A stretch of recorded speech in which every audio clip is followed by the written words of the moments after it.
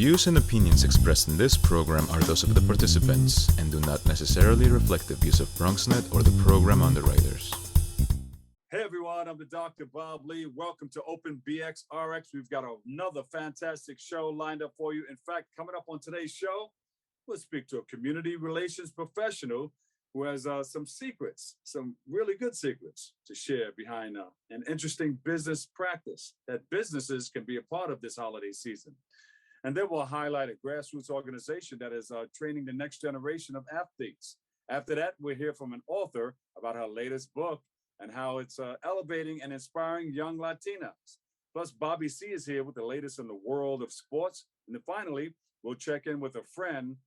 He's a wonderful friend of the show to get the latest update on his organization and the work that they are doing in our school communities. So stay tuned. All of this and more is headed your way. We're wide open. Here we go.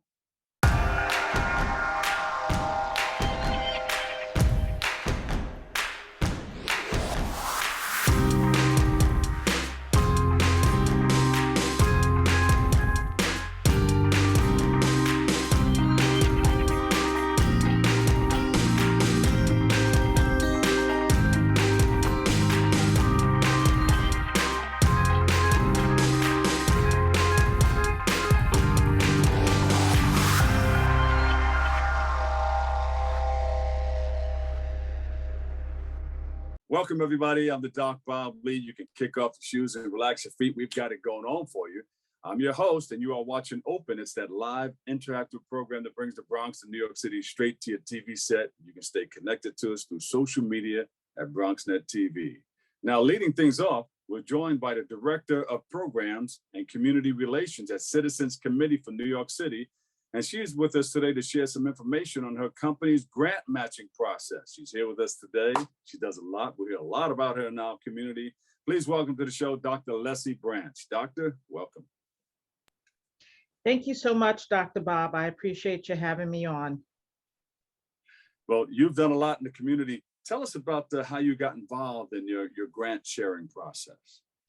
So thank you for that question. And Citizens Committee for New York City got started in the mid-1970s, 1975 to be exact, when the city was in fiscal crisis. The federal government essentially told New York City to drop dead. And so there were some very interested and vibrant New Yorkers who decided to roll up their sleeves and call together their neighbors to pitch in financially, but also to just introduce that sweat equity into neighborhoods to keep New York City back then thriving, surviving, and moving forward. And from that time to now, Citizens Committee has been at the forefront of helping to convene, helping to fund, helping to connect resident-led community groups who are on the front lines doing what we do best, pooling our resources, helping our neighbors, looking out for one another, and making sure everybody, no one is left behind. And so, COVID hit us last year. It seems to be in Citizens Committee DNA that we are the go-to folks when it comes to crisis. And, we had to quickly pivot, and we made grants to resident-led community groups.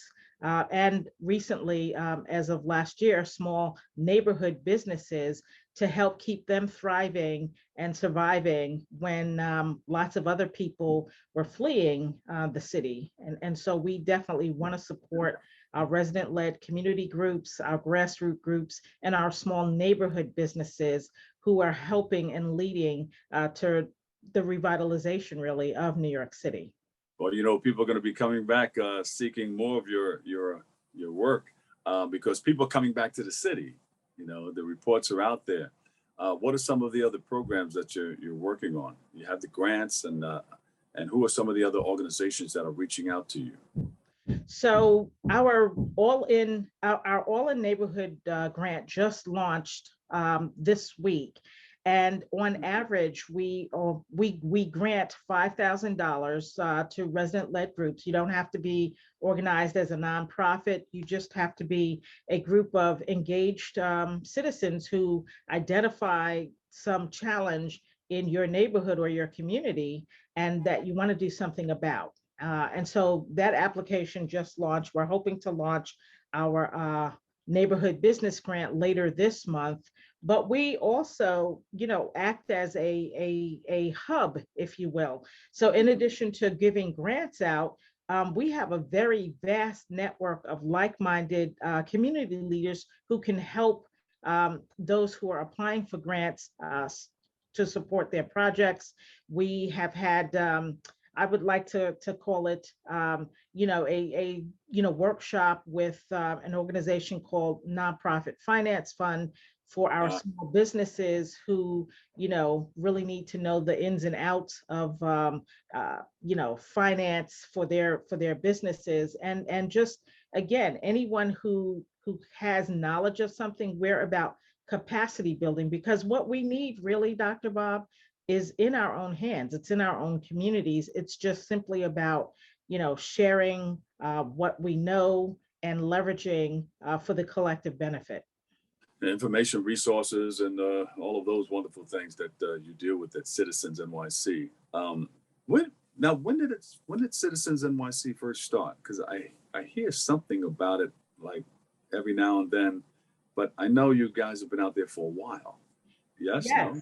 Yes. And so, we were founded by Oz Elliott, who, back in 1975, as I mentioned, when Yes. the federal government essentially told New York City to drop dead.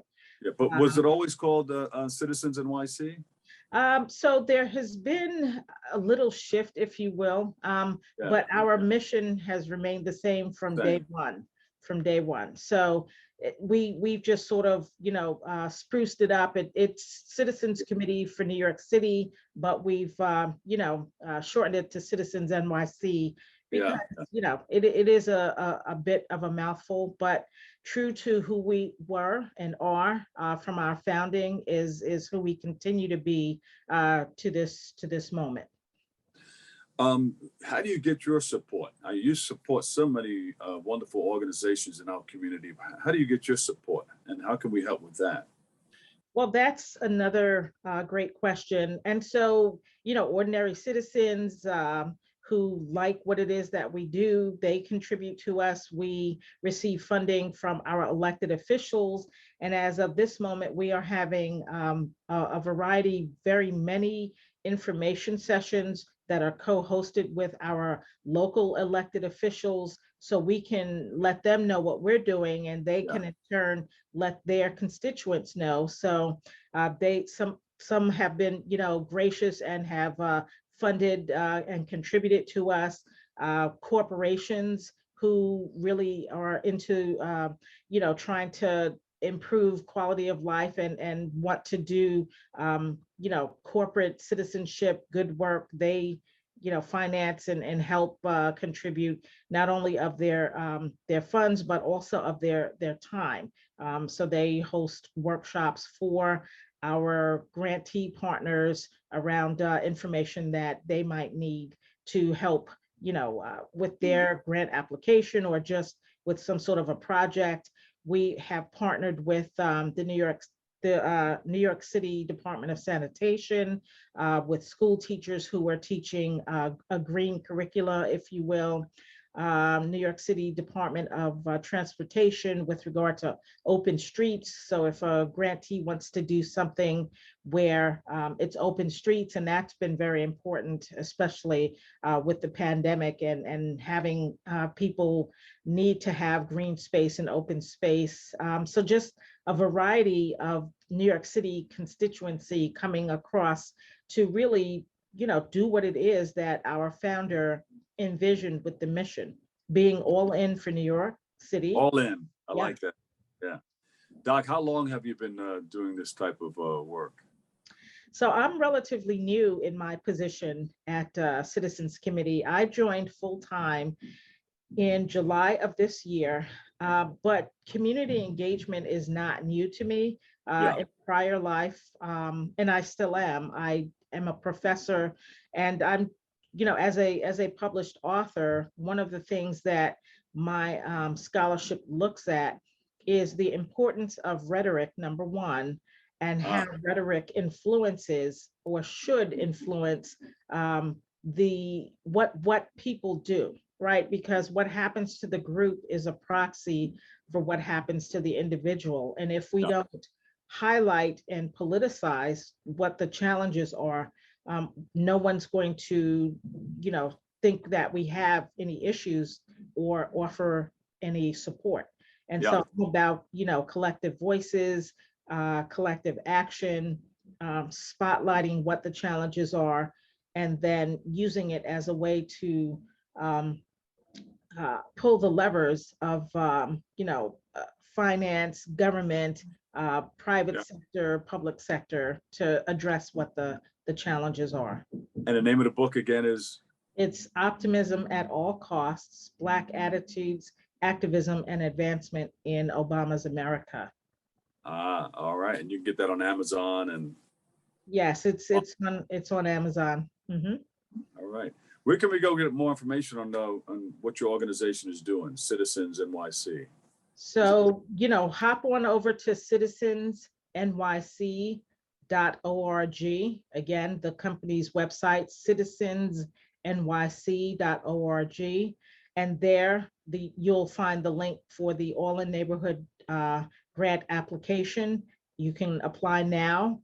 You can also, on our events page, find any number of info sessions that are happening. And the info sessions are a good place to start, because there you can ask questions, you can hear an overview of what it is that the application is about, who we fund, the kinds of projects that we fund. So yeah, a wealth of information. So there you go, a wealth of information. The money is right there. It's where the money resides. That's right, and information is wealth. Yeah. Wealth of information. Dr. Lessie Branch, thank you so much. We appreciate you. Well, thank you so much for having us and allowing Citizens NYC to be a resource to the community in the Bronx, and allowing us to share what it is that we are offering. There you go. Dr. Lessie Branch, the Director of Programs, Community Relations at Citizens Committee for New York City. Appreciate you. Thank you. Thank you. We'll take a break right here. We've got more open on the way coming up next. We built a media network for you. BronxNet TV. Come learn in your new state-of-the-art studios at Lehman College. At Mercy College.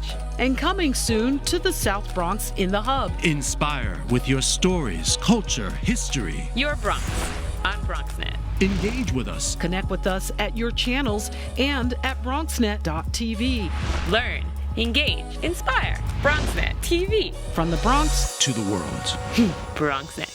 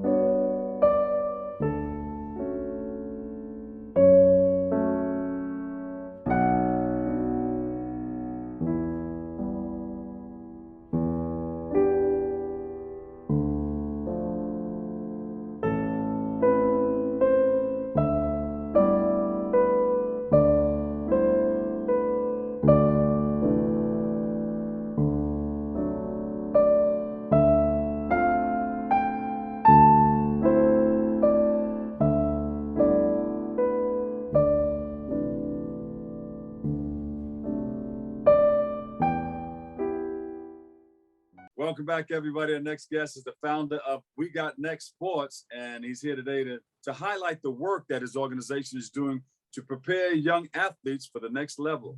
Yes, indeed. And he's here to promote their She's Got Next initiative. Please welcome to the show, Antoine Noble. Antoine, we've always said that, coming up on, walking up to the basketball court, hey, I got next. And somebody would say, no, I got next. You got next after him. So we've got next. How'd you come up with the name? Pretty much what you just said. It was always a thing growing up. That's always what we said when we came on the court. And I just wanted to highlight that. And I wanted my organization to highlight the next generation of like athletes and people that are trying to become that person. So that's pretty much where it all came to me. We went through a lot of different names, but this was the one that made the most sense and it stuck. Yeah, that stuck. Did you play a lot of ball? Yeah, I did. I played at high school. I played at Frederick Douglass Academy. And I went off to college to play, but injuries, things like that. So that's pretty much when I turned to helping others develop, and I got involved in the other side of the game and wanted to give back more. Yeah, that was the old IS-10 in Harlem, right? Yeah, my dad went there too when it was IS-10. He told me all about it. Yeah. And then when I go over there, I call them Freddie D's. Yeah, Freddie D's. We go to Freddie D's. Frederick Douglass Academy. That's a wonderful school. And they have airplane pilots and all kinds of wonderful people graduating from there. I'm glad definitely a great school. Yeah. So you've been doing this for a little while. Tell us how you got involved. So it starts back when I was in FDA, honestly. Me and my friend Ike just we always played in summer leagues and things like that, but we wanted to do something ourselves the way we thought it should be, less about the politics, less about the fees and all the money. So this is something we tried to do when we were 17, still in high school. We went to a court in Harlem, started fixing the court up ourselves on our days off. And we wanted to throw a tournament ourselves. Fast forward, I was able to put the idea together as an adult after having several different experiences after college. Yeah. And for the last year and a half, I've been able to create this nonprofit that's doing free programs for youth in the Bronx. Yeah. Now, did you see a void back when you were growing up that wasn't there, and now that you can fill that gap? So I feel like when I was growing up, there was a lot more basketball and a lot more different sports going on. I feel like nowadays kids are involved in a lot of different things. A lot of things are virtual these days, and the pandemic didn't help that either. So the last years in my neighborhood, I live on the south side of the Bronx. I haven't been seeing anything going on when it comes to sports, and that really bothered me. Yeah. So I decided, hey, I'm gonna start doing some programming over here and just see if it catches. And that was just how we got to start. Yeah, and this happened before the pandemic. The pandemic sat everybody down for a little while, but before the pandemic, you didn't see as many people jumping double dutch or playing basketball. I mean, in some neighborhoods you do, but it had slowed down tremendously. People were not as active in sports, or it seemed like it just fell off just a little bit. Absolutely. A lot of empty courts. When I was growing up, I barely see an empty court. We had to say we got next. Now you don't really have to. You can just go play when you want. Bring your ball. Yeah. Yep. That's good. That's good. So anything coming up that we can get involved in that we can take a look at? Definitely. So today in the South Bronx, with a partnership with the Hunts Point Community Center, we're doing flag football for the kids, boys and girls.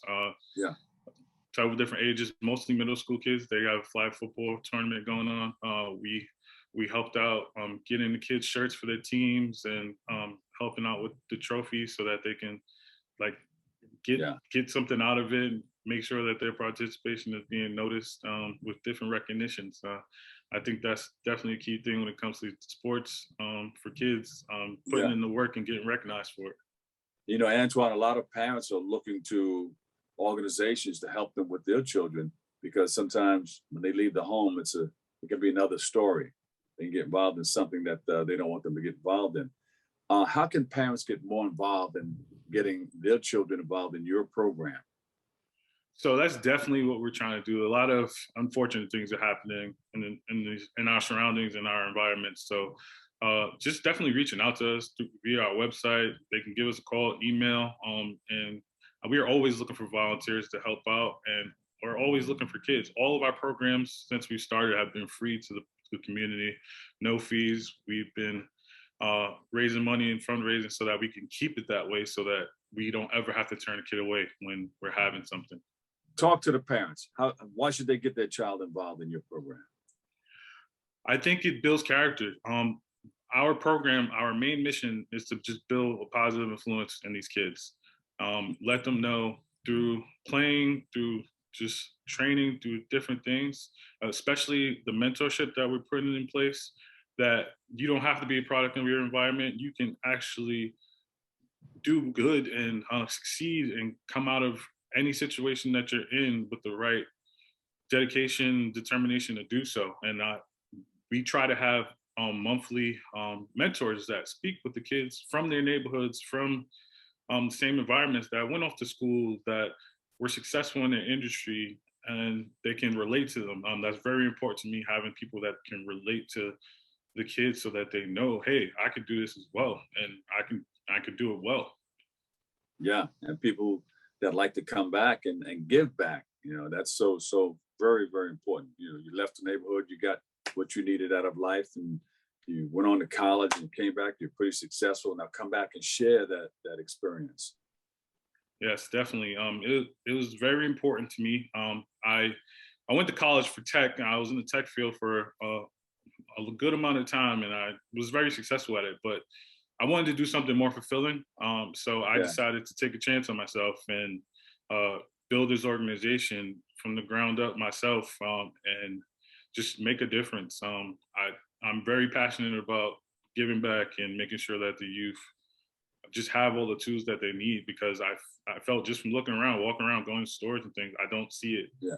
So I got some like-minded people with me that have the same kind of passion, and it's looking pretty good. Parents have been loving what we're doing. We got a program going during 5 to 9 on Saturdays, which are supposedly the high times of crime, to get the kids off the street and get them in a center and just doing some positive things, working on different aspects of training and just having a safe space to have a good time. So all you have to do, whether you're a kid, an adult, or somebody wants to give back, all you have to do is raise your hand and say, hey, I've got next. Yes, absolutely. We're welcoming everybody. We definitely have a welcoming environment for any kind of person. We just want to make sure that everybody has a safe place to feel comfortable. Is this free? Yes, every program we've been doing is free. There you go. And are you reaching out to organizations or corporations to try to help you with your nonprofit? Yes, so we were recently recognized by Dick's Sporting Goods with grant and sponsorship for our work this summer. We had a basketball tournament for over 100 kids for free in the Hunts Point community that did pretty well.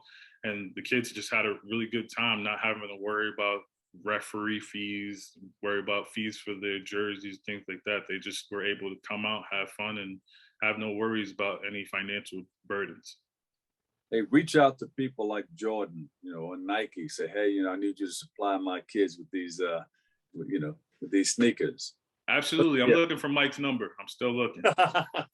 I'm gonna give you this mic right here, and you can just ask for what you want. Ready? You got it. 3, 2, 1. Boom, boom, boom. Mike, a Jordan sponsorship would be the greatest. You're the greatest of all time. So I want to help kids get to your level. I know you're all about that competition. So let's let the next generation get to where you at. There you go. Ba-bam, just like that. Hey, Mike. Yeah.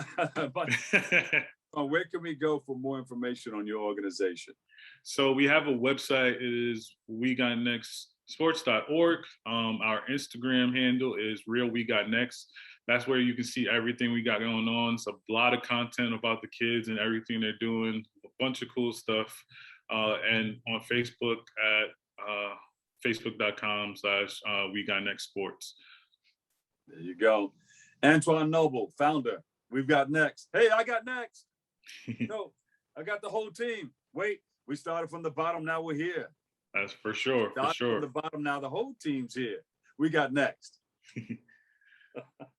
Yes, thank you. Oh, and one more thing I wanted to say before we leave. Our She Got Next initiative is to support and empower girls to participate in sports. A lot of statistics show that girls stop participating at 12. We want to give them a safe environment where they can also come together and continue on and keep playing sports throughout their older years. So definitely girls, you're all welcome. Come through.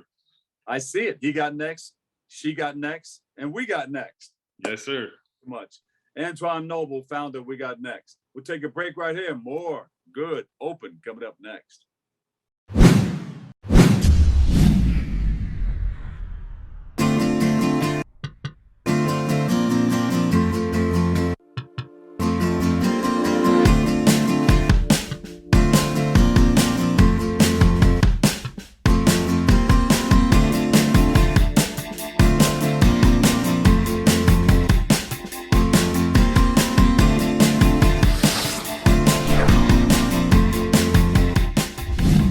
Welcome back, everybody. I'm the Dr. Bob Lee from 107.5 WBLS. Our next guest is a published author whose book proudly showcases inspirational stories of aspiring human resources who have defied all odds to realize their dreams while overcoming obstacles in the corporate world. So please welcome to the show, Priscilla Guasso.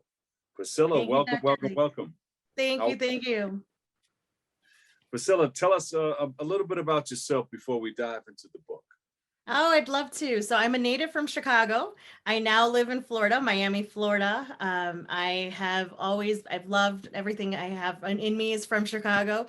But to be honest, I've over the years of growing up in the suburbs of Chicago, I realized I really enjoyed being around family and friends and wanted to ensure that in everything that I did, that people got to know me a little bit more. And so here I am and writing a book, which has been amazing. But more than anything, I'm thrilled to be here. Thank you so much, Dr. Lee. Yeah, how was that? You know, first came the thought, right? You looked around, you said, you know what? A lot of people are putting the pen to the paper. I think I want to do that too. I have something to take off of my mind and put onto the paper. What was your Yeah, so honestly, I do read, and it's kind of a running joke with my family because I do read often, but not as much as my sister, who's a writer, actually. I thought she was going to come out with a book before me, to be very honest with you. But over the years, having grown up in Chicago, in the suburbs actually of Chicago, I realized over time that there was not a lot of representation of Latinas in many different spaces. Yeah. It wasn't something that was glaring at me, just something that was slowly chipping at me as I kept growing in every phase of my life, not even just at work. And as I continued my journey, my family's from Mexico. My mom's from Mexico City, and my dad is from Chicago, Illinois, with the roots from Mexico City. They ingrained in me culture and language and being proud of who I am. But oddly enough, when we grow up, for me at least, on the weekends, I was Priscilla. And then on the weekdays, I was Priscilla. And so through that, I didn't realize that I was changing, that I was doing this like code change, right? And then when I started working in HR and love what I do in human resources, that's when I realized, oh my goodness, as I moved up the ranks and became one level away from our CEO, I'm going, where are my Latinas at? What happened? How did this occur over 16 years? And that's kind of hit me in speaking to a close friend, actually, which is why I say it's so important to put good people around you that lift you and challenge you. She was the one that told me, Priscilla, if you had a dream, what would you do? No money, nothing tied to it. And I said, I would love to bring a community like this together. And that's where it started. It actually started with that conversation with that one friend. There you go. So then you sat down and started the process. Yeah. I did. The outline and the whole nine, Yeah. I wish I could tell you I had it all organized, right? Yeah. But it's all about life. It's never really all organized. Exactly. Let me add this to this. And wait a minute. Maybe this can go with this. Exactly. So that happened with me. And I started putting Post-its and notebooks, paper and everything everywhere. And I started writing a story of my own, actually. And then I realized I don't want people just reading about me. And that's never been my motive, my personal motive, people that know me. And I think it's fantastic for those that do it. You know, I support them 100%. But for me, with what I wanted to achieve was to bring a community of Latinas together. And so when I spoke to this friend who actually happens to be the publisher, Jackie Camacho Ruiz of Fig Factor Media, she shared with me, Priscilla, have you thought about doing it with other women and like an anthology and maybe bringing stories together that way? And I grew up reading, what is it called? Chicken Soup for like the Teenage Soul and all of those stories. Yeah. And it was right aligned to what I used to read when I was younger. So I thought, why don't I do something like that in snippets? Because unfortunately, us HR folks, we're running around reading a lot of articles, doing lots of investigations. We don't, we're reading smaller things. We can't read huge novels. Some of us do them. Yeah. And that's where I started. And then I realized that's what I want to do. I want to bring women together, not just my story. There's so much power in many stories together.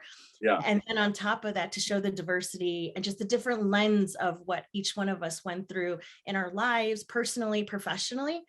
That's where I thought that's the secret sauce, right? Where we can really impact people inside and outside of our community. That's the sauce right there, and when you're being interviewed, I know a lot of times you're going to describe it like you wanting it to pull a responsive chord.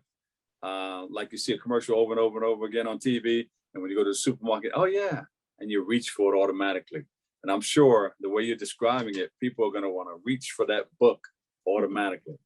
I hope so. That was our goal, right? Is to keep inspiring. It's 20 stories, but honestly, there's so many more stories out there. There's not enough when we look at the stats, right? It's kind of like an inverted pyramid when we look at corporate at the highest levels of 1%, 2%, 3% Latinos in those roles. And so I'm hoping this will just be that one piece that keeps bumping us and changing those stats. Yeah, and then you mentioned Padilla and say it again. One day you were Priscilla, and the other. So during the weekday, I was Priscilla, and then on the weekends I was Priscilla or Prisi, and so I was always moving back and forth during the weekday, always in English, playing volleyball, in sports, getting my grades up. And then on the weekends, I was at church with my friends, but all spoke Spanish, 100%. Yeah. It was a Spanish speaking community. So that's when I realized there's something, this is not normal. Yeah. Why can't I integrate the two? What's the big deal? Did mom and dad call you Prisi? Prisi, yeah, all the time. And it's funny. I still have friends that I meet in our community that will say that immediately. And I'm going, wow, my closest friends say that. I guess you're now one of my closest friends. I love it. And Prisi, this is why your book is in English and in Spanish, right? Exactly. Yes. That's very important to me, Dr. Lee. I actually wanted to launch them together in English and Spanish. But as you know, funding and all of that, I was like, we'll give it some time. We got to save. It's all work out when it's meant to be. And to be honest, I love the way it launched because we were able to build community in English here in the States. And then now we're building it in Spanish here in the States and globally. And so it's been beautiful to hear stories, folks from all different backgrounds inside our Latina community and outside. I just had an uncle call me. I think I mentioned to you earlier, being in Mexico, and I had an uncle call me who I could finally give him my book when I landed at the airport. He came just to say hi to me really quick. He lives almost 2 hours away. And he goes, I just need to say hi to you. And I go, well, I have something for you. And I showed him my book in Spanish and the tears. And he just was telling me, it's so beautiful to be able to read it in my mother tongue, right? And I start crying because that is why, actually, one of the reasons why I did this. I wanted to honor my family, honor our community, and really inspire folks that don't have access to mentors, to sponsors, to these dreams, to know that you're able to do it, but it does require a community around you, right? That's one part of it. So to hear his words just made my trip amazing. Yeah, you may have to do a part 2. Yeah. It was so touching that you may have to add a part 2 to that one. Yeah. So you have the business Rising Up in HR. You mentioned that in the book also? Yes. So Latinas Rising Up in HR, we started off as a book with 20 women, and the calling card was, I sent it actually, it was just an idea to send it out to all the leaders that I knew, and many of them that are non-Latinos. And so I said, hey, this is what I'm looking to do. fully supportive. Priscilla, this is amazing. How has this never been done before? Why is this? And this was during the pandemic, right before I left my job for a year to want to do this. I knew it was time for me to do something for me, to also take care of my health. I talk about it in my story. My husband and I unfortunately went through 2 miscarriages that then hurt my mental health and my physical health. No, thank you. But again, why it's so important for us to constantly search for that assistance. And through that, I was able to make something so beautiful, which is what we have in front of us. And I connected with each one of these women. I also interviewed them, the people they knew, the people they referred, because Dr. Lee, to me, it was important that it wasn't just you're Latina, awesome, I'm here. No, I really wanted you to have a servant heart, that you were in it for the right purpose, the reason. A lot of work went into this, but we found the 20 stories. We got to know each other through COVID. None of us knew each other except for maybe 2 or 3 of us previously from my experiences in hospitality and working in healthcare. And well, we have a lot to talk about. You got to come back again. Oh, thank you. They give us segments on the show, and you have one very important segment too. So thank you so much for all that you do. Name of the book again is, and where we can get it. And yes, Latinas Rising Up in HR. Or Latinas Avanzando en Recursos Humanos. You can find it on Amazon. It rolls off of your tongue. I have the blessing of having been brought up with both languages, so I'm very, very proud of it. You have a website? Yes, you could go to www.latinasrisingupinhr.com. You can find us on Facebook, on Instagram, on any social media, LinkedIn, and we look forward to staying connected. Priscilla Guasso, thank you, thank you, thank you. Thank you, Dr. Lee. You're welcome. All right, Bobby C is up next. He has the latest in the world of sports. Don't move a muscle. We'll be right back.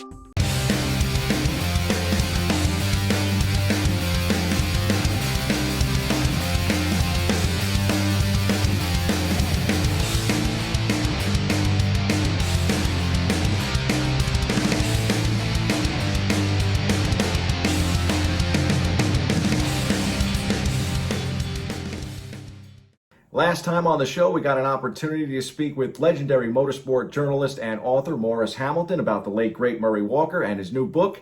Here's part 2 of that interview. I'm pretty sure that his place in motor racing himself, as someone that had kind of been around the sport, definitely helped him become the great commentator that he was, and also probably allow him to have a little bit more of an insider edge when it came to talking to the drivers. That's absolutely right, Bobby. His father, Graham Walker, was a very successful motorbike rider and won the Ulster Grand Prix, finished second in the Isle of Man TT. So, that's good. That's really good. And Murray would be with his dad while this was going on and would be in awe of his dad. Murray was quite openly admitting that his dad was a hero to him because Murray was an only child. And he just absolutely adored his father and adored everything he did. And his father then, when he stopped racing, he then became a commentator. He was a magazine editor of a magazine called Motorcycling, which was the Bible in motorbike racing and motorcycling. So Murray's dad was the editor of that, and he did commentary. So you can see where the connection came from, the love of competition. And as you say, Murray then did a bit of trials riding himself. That's, rough riding on bikes. Admittedly, he wasn't very successful, but it was inured in him, this passion for racing and cars. And then when his dad was commentating, he got Murray to do a little bit, and that's where that came from. So there was, even though we have to remember also, Bobby, that he was also a very successful advertising executive, because motor racing wasn't paying him to be a full-time career. So he was an advertising executive, very, very successful in that field, and could have retired. He left in his mid-50s. He could have gone away and retired. He'd made a lot of money, and that would have been it. But no, he then started off on another career as a commentator. But it was inevitable, given the background we've just referred to with his dad and the commentating. Unless I'm very much mistaken, some of the best parts of this book are definitely your ability to add in some of these things that are just so signature and classic to him. And one of them is, as you mentioned, is these Murrayisms. And you even have a small chapter in the book that is titled Memories, with some great stories from some very notable names in the sport, racers and drivers like Sir Jackie Stewart.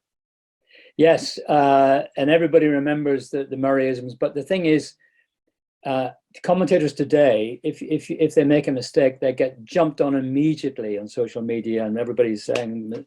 Whereas with Murray, we forgave him because, well, A, he was such a lovable man, and B, the mistakes were coming out because he had so much information in his head, and he wanted to impart this enthusiasm to you, the viewer stroke listener, that he was trying to get it all out. And in the excitement and speaking so fast and loud that the words would get mixed up, and it would come out all mixed up. And that actually was funny. It was just adorable. There were people complained about it, but they were in a minority. The majority, you just enjoyed his Murrayisms because you knew what he was trying to say. Okay, it wasn't a mistake because he'd been slack and hadn't done his homework. Not at all. He'd done copious amounts of homework. It wasn't because he was being lazy. It wasn't because he didn't care. It was just a slip of the tongue in the excitement to get it out. And so you forgave him. So that's why there were so many of them that we could put this chapter of Murrayisms in. And then, as you say, people's memories, when they talked about him, they would all invariably mention something that he'd said and laugh about it, but in a very, very affectionate way. And that's the difference. I would definitely be remiss if I didn't ask you a couple of Formula One questions before we head out today. And a great weekend for Lewis Hamilton in Brazil. Is that the best drive that he's ever had in terms of the entire weekend? I think it has to be. Yeah, and I mean, he's had many, but that was so impressive. And I mean, you're talking about Murray. I was thinking about that actually, that incident when Verstappen and Hamilton ran wide at turn 4. Can you imagine what Murray would have said if he was commentating on that? Incredible, look at that, they're off. He would have been going mental. But anyway, that drive, drivers will tell you that, when you've got the bit between your teeth and you've got the momentum and you're going forward, you're very hard to stop. And that was one of Lewis's days. Whereas sometimes, if you're dicing with somebody and you're there behind them for lap after lap after lap after lap, and so, but when you're coming through and you're passing people, and that's what he had going for him in a car that was working really well. But yes, to do what he did, to come, I think with Lewis Hamilton, we've seen it before, Bobby.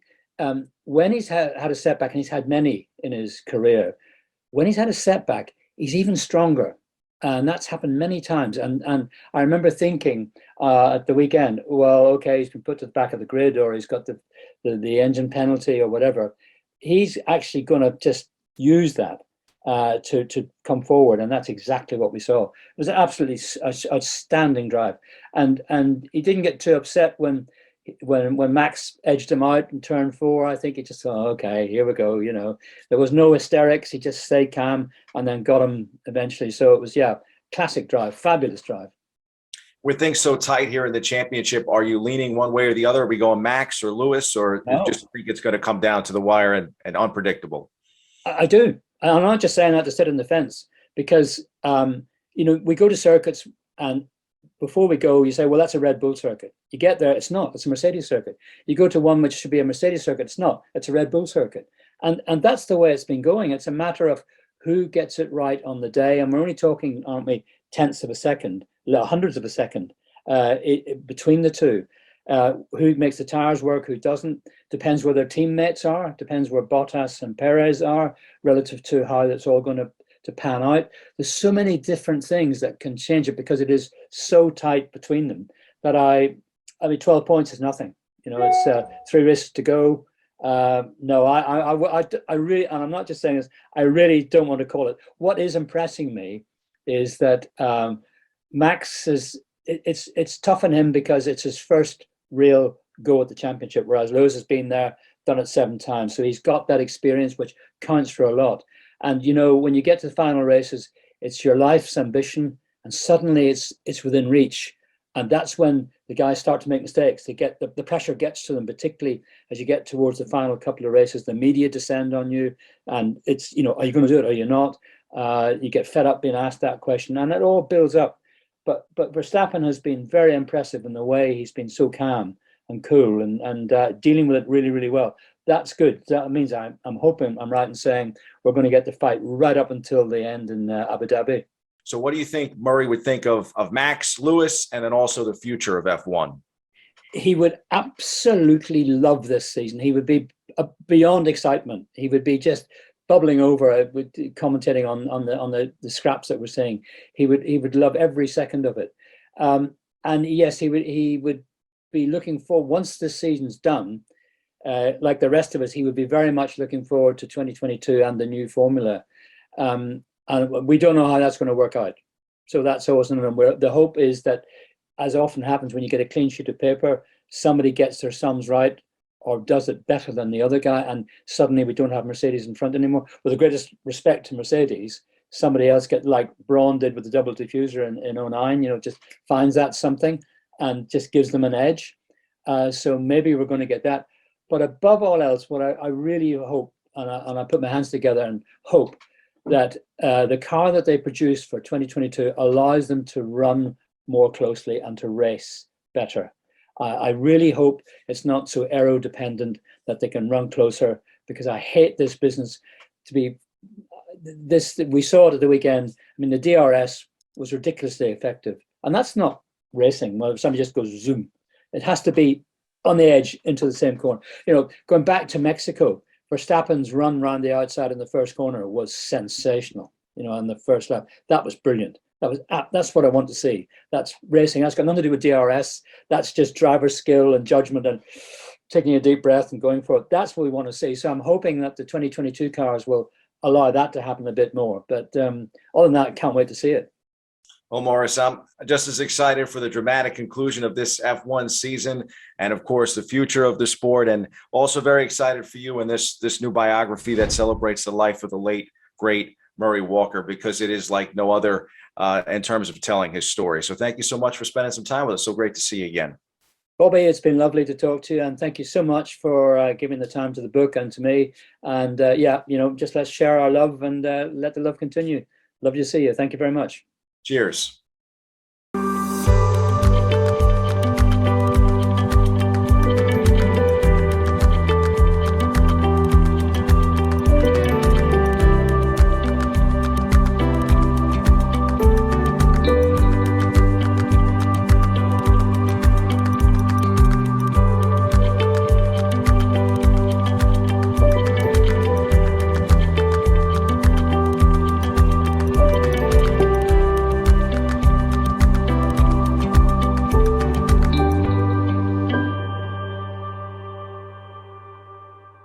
Welcome back, everybody. Our final guest is Director of Staff at the United Federation of Teachers, who is here today to speak about the latest updates from partnered schools, community events hosted by his organization, and much more. So please welcome to the show, the man, Anthony Harmon. Welcome, Anthony. Thanks so much, Bob, and I appreciate the opportunity to come on again. Anthony, the last time we spoke, you know, when you're always welcome to come in. The last time we spoke about the closings of some of the schools in New York City. And, you know, Bob, some of the things that we were concerned about is the number of not only school closures, but the number of classroom closures. And, you know, that was happening because, you know, there are COVID infections or COVID spreads, you know, inside of classrooms. And it's always to err on the side of caution. If there's an outbreak or students test positive in the classroom, you know, we try to do any and everything that we can to make sure that everybody's safe. Not only the teachers, but the kids, you know, who are in the classroom are kept safe. Yeah. One of the reasons why, you know, I'm so glad to have this opportunity to come on, Bob, and to talk to you about and to make the community aware of an issue that we're experiencing here at the United Federation of Teachers. It's a a city council bill that we have, before the council right now. It's bill number 2374. And that's a bill that would call on the council to take a vote to relook at the number of kids in a class. We're asking that this, issue be taken up at the city council, and that we, really start to look at lowering class sizes in New York City. And Anthony, they've been talking about this for many, many years, even way before the pandemic, that we had overcrowding in our city school classrooms, know, and even if you just lower it down for the individualized attention, bump it down to 15 instead of 30, 32. I mentioned sometimes classrooms would had about 50 students in them. Absolutely, Bob. And I would tell you, like, current class sizes for like a high school is 34, 36 kids in a classroom, right? In an elementary school, it could be 28 to 30 kids in a classroom. And we've always advocated that, if the class sizes were lowered, just think about the amount of individualized attention that you could give to that struggling student, right? As opposed to having 38 kids or 36 kids. I remember teaching, Bob, one time I had 44 kids in a classroom. I couldn't even assign seats during that time. So seats were given on a first come, first served basis. And if you got to my class late, you leaned up against your radiator and took your notes for the class. I've been to some of your classes, I know. It was just that, there was just no room for kids, right? For the students rather. So we're asking now that the city take a look at the health code, because right now we're saying that, during this pandemic, and everybody's encouraging 3 feet. So first it was 6 feet, now it's 3 feet social distancing. How do we maintain that 3 feet social distancing when we're still putting 34, 36 kids in a classroom? And in some cases, it's more than that, because if there's a teacher and there may be a paraprofessional or 2 in the classrooms that, that's helping kids that may have some other disability. So now you're talking about 36 to 39 possibly kids, bodies in a classroom. And we need to look at that in terms of New York City. Our kids should be getting no less than the kids in Long Island or the kids in Scarsdale. They don't have those class size issues that we do in New York City. And I'm not saying this is every school in every classroom. To look at data and see where these, the number of kids, these schools they're bursting at the seam. And so the legislation is out there now. The legislation is out there. We have organizations that have signed on board: the New York branch of the NAACP, the A. Philip Randolph Institute, the different churches and community groups, and they've all signed on and said that they will support this, a particular bill, and encouraging the council to vote, to look at the current health code for the city of New York. Bob, here's something, an interesting fact. The last time that they looked at the health code and to determine the square footage per child, was in 1938 during the tuberculosis pandemic. Wow. 1938 was the last time that they looked at the actual square footage to determine how many kids could fit in the class. And that was during the tuberculosis pandemic. Now we're saying we need to look at it again. We know that this coronavirus and how easily it spreads. And, we need to look at the health code and really have a real conversation in terms of lowering class size.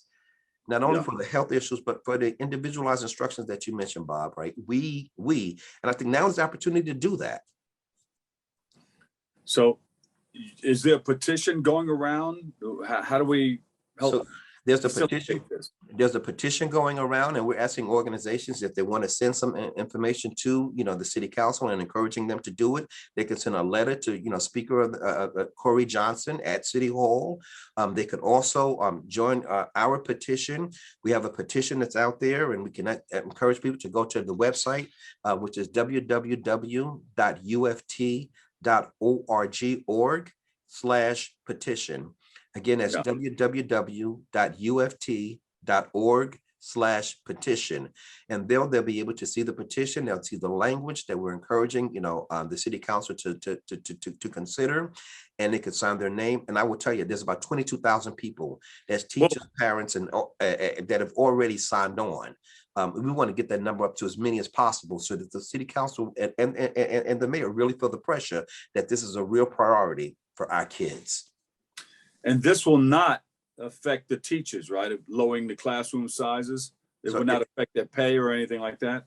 It will not affect their pay. That's why we're saying if they look at this from a health code standpoint, right, and make these changes based on a health code. I'm also told that like 70% of the schools can do this already. There's enough space in the schools that they can do this already. And then if we begin to look at the data to see exactly where these districts, where these students are bursting out at the seam, I would tell you there's a school in Queens. This school is always overcrowded.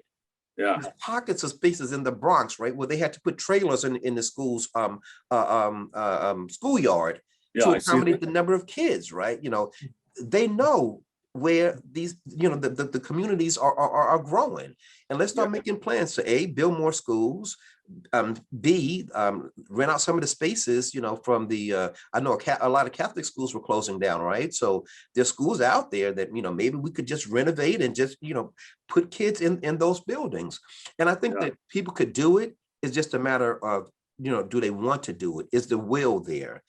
When the city looked at a couple of years back with de Blasio and expanding pre-K to 3K. Remember that? I don't know how many people remember that. Yeah. They found spaces everywhere in the city. There's 3K sites all over the city of New York. And why? Because there was a will to do it. The city just needs to have the will to do it. And this can't be done. So Anthony, we love the work that you guys are doing at UFT. A lot of that stuff is on your website. We share and helping to get that out there. It's on the Make the Grade website. You can go there and click that, and it'll take you to the UFT website, and all that information is right there. And it also explains about bullying, the anti-bullying programs that you guys have. You're doing a lot of great work in our community, and we appreciate you guys. And thank you, Bob. And thank you for keeping education in the forefront. It's so important. It's so very, very important. Frederick Douglass told us that it's easy to build strong. It's easy to build strong men, right? If we just focus on the children. Yeah. You're the second one that mentioned Frederick Douglass today. Am I? Yeah. A young man was on. He said, I went to that school. I said, yeah, we built the radio station at that school. Absolutely. Absolutely. Yeah. So thank you so much. What's the website one more time where everybody can go? www.uft.org/petition.